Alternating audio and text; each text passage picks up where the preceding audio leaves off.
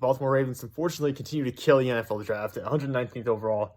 They have drafted Jalyn Armour-Davis, cornerback from Alabama. Now, Armour-Davis only has 1 year of playing time at Bama because he had an injury. I think he tore his ACL fairly early on in his career there and never really established himself until this past season. It was sort of surprised that he actually came out into the draft because, like I said, he only has 1 year of production. That being said, he was really good this past year for them. He's 6'1", 197 pounds, 30 and 7/8 inch arms. Didn't have trouble tackling, didn't have trouble penalties.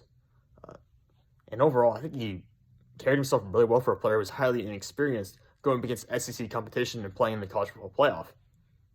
Now, he only has one season with more than 70 defensive snaps, so that is a bit of a concern. You wonder if he's a one-hit wonder. You wonder a little bit about that. But I think another shot that the Baltimore Ravens have earned themselves. They can take this chance because they drafted so well in the first couple of days. And because Davis has such a high ceiling, they're willing to go out there and make a play for this guy.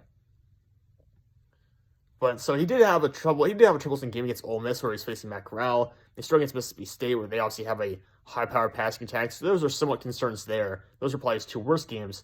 However, he did really well against Miami and did really well against Cincinnati. So it's kind of an up and down year for Jalyn Armour-Davis. Again, projects more as a developmental player with a high ceiling, and you don't really know where his floor is right now. But Baltimore is a team that does really well at getting the ceiling of those players.